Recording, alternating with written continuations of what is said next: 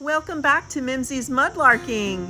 I can't wait to see what we can find today. It's Friday, it's a beautiful day outside, and we have all this beautiful brook to explore. So let's see what we can find. Is it going to be a fantastic Friday? I don't know. What is this? What is this? Oh, it's old. Let's rinse it off. Oh wow, it's old. I'm keeping it, man. Darn it. Wish it was whole, a little bit more complete, but it's old. Look at that. Look at that. New York. Ooh. We got some researching to do. So I'll try to get some of the gunk out so I can put it in my bag. You know, you guys get me. Some of my people in my life don't get me. They don't understand the thrill in finding something like this. Look at this. Look how old this is. It's probably like a 7-Up bottle or something. It's been here forever. Look how thick that glass is.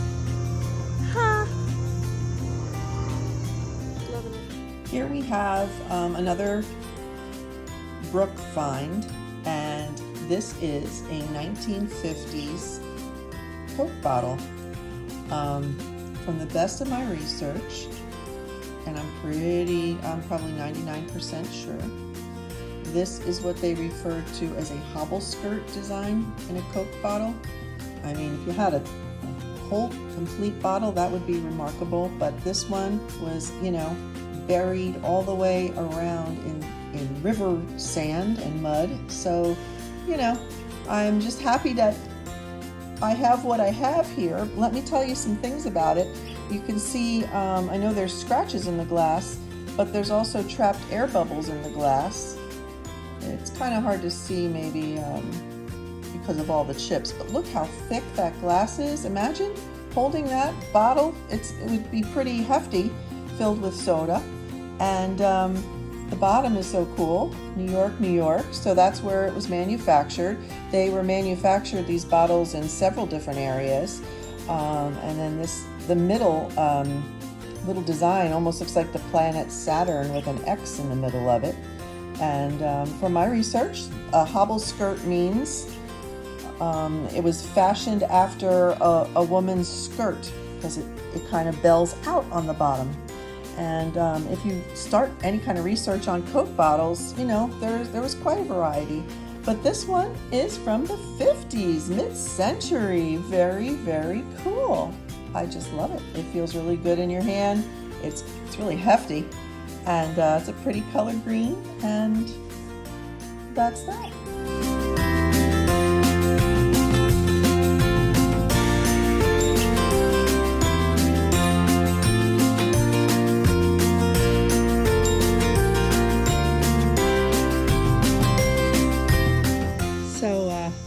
As you can tell, I'm getting a little bit more daring now that I've donned my rubber boots, you know, as of late.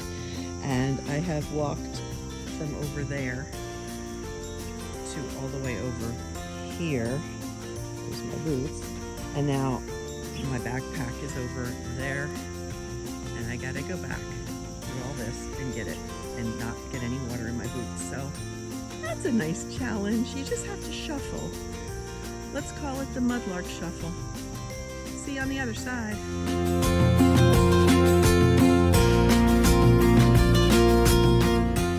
This is a pottery shard that I found in the brook, and it's very old.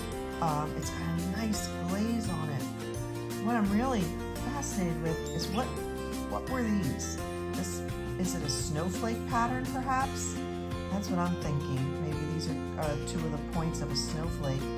I'm trying to Google search it, and of course it just wants to Google search the entire piece instead of zeroing in on this beautiful little print. But it looks like kind of, you know, primitive to me. And where it came from, The history goes back to the Revolutionary times, so, you know, I'm not sure. It could be anything, but it just looks, I just have this feeling about it. It's not modern by any means, and it probably was such a beautiful piece. If anybody has any idea of how to search just a portion of a pattern, you know, I'm sure there's an app for it somewhere. I can't, when I look up pottery patterns or pottery apps, I find maker's mark identification guides, but I can't find, and there's transferware also, but this is not that. So if anybody has any tips, I would really appreciate it. I wonder what this was, if this was a dish. Must have been a dish. I have a feeling that was a snowflake. It's so pretty. Here's another shard I found that same day. It's got all this wild crazing on it. It's also pretty old, and it's got like a spongeware pattern where they dipped a sponge, or maybe they used a paintbrush, I'm not sure. Kind of looks like spongeware that was along the edge of the piece. Very cool. Don't expect to identify that one. And this is another example of an old piece. It's been through the ringer, tumbled a million times, but I really like the pattern on the edge of it. I was lucky to find this piece. It's the edge of a dish, no doubt. Here's a little friend, a little river friend. Oh, hello. What are you doing today? You're a little slug type of creature. Oh, I just love your little antennas. Oh, you just tucked them in. Hi.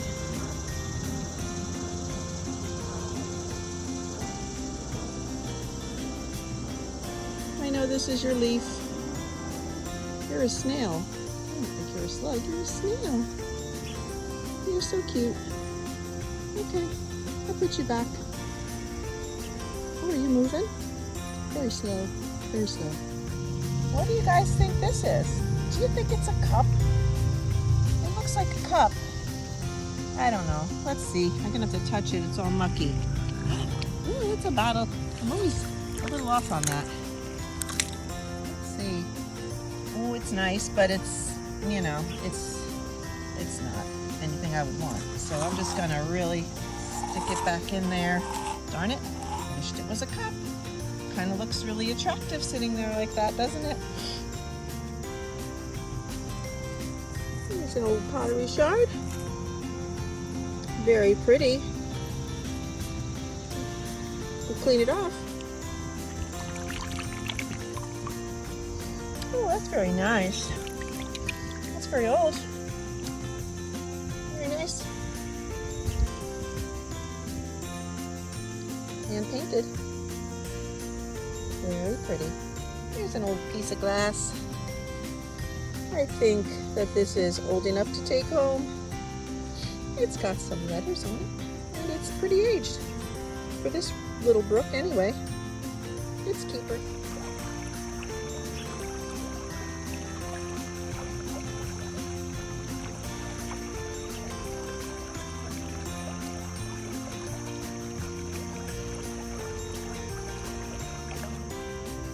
Okay, guys, this one I'm a little confused about. It's well, is it a coconut? Why is there a coconut here? It's really heavy. What the heck? Is it a coconut or is it a, like, it's a coconut, right?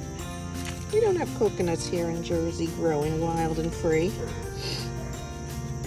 I don't know, maybe it's a bulb of some sort, but I think it's a coconut. Yeah, you never know. You never know.